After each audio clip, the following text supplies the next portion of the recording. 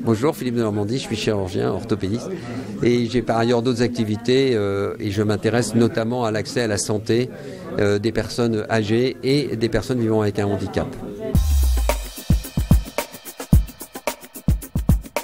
On en a une vision forcément un peu déformée parce qu'en France on a une vision plutôt de la dépendance, donc de la lourdeur, de la charge et non pas une vision du positif, de l'utilité, du bien-être, du plaisir. Et donc il suffit de regarder les mots. On a une sémantique qui est une sémantique qui n'est pas une sémantique qui vous fait rêver et qui donne et qui reconnaisse l'autonomie des personnes et en particulier les personnes âgées.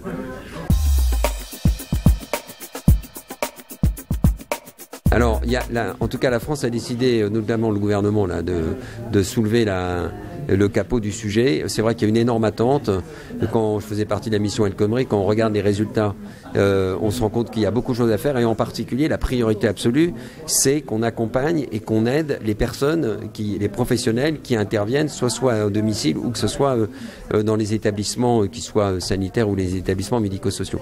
Il y a un vrai chantier, il y a un plan Marshall à mettre en place pour que demain on ne se retrouve pas dans une situation absolument dramatique qui fait qu'il n'y aurait plus aucun professionnel qui s'investirait dans ces métiers. Il faut repenser, bien évidemment il y a un problème salarial, il faut repenser la formation, il faut avoir une logique beaucoup plus autour de la compétence, il faut redonner beaucoup plus d'autonomie à ces personnes. On a taylorisé leur travail, on les a cantonnés à des tâches uniquement techniques.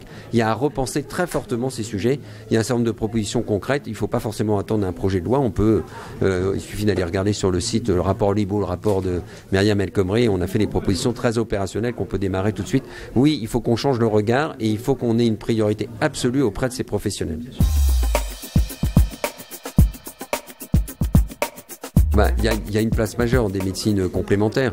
C'est-à-dire que quand vous avez mal à la tête, si vous avez d'autres activités, vous faites plaisir, vous découvrez que finalement votre mal de tête, il va passer. Je pense qu'on a eu tendance à tous se médicaliser et en particulier on a tendance à médicaliser beaucoup des personnes âgées qui éventuellement même le demandent. Mais il y a beaucoup de travaux également qui ont montré que si jamais vous arrivez à faire des activités qui vous font plaisir, auxquelles vous croyez, qui vous donne un lien social, eh bien vous avez des fondamentaux qui font qu'à un moment donné, votre cerveau, il va pouvoir, et on le sait maintenant, au point de vue objectif, développe un certain nombre d'endorphines, un certain nombre de substances, qui fait que vos organes réagissent différemment. Donc oui, il y a un lien majeur entre l'organe et le cerveau, et donc oui, le cerveau, il faut lui faire plaisir, il faut qu'il puisse profiter, il faut qu'il soit utile, en sachant qu'on a tous des façons différentes de le faire, donc il ne faut pas qu'on nous mette dans des normes ou dans des... Voilà, il y en a qui n'aiment pas le sport, il y en a qui adorent les activités, des activités de jardinage ou de se promener en forêt ou faire des jeux de cartes. L'important, c'est se faire plaisir et se sentir utile.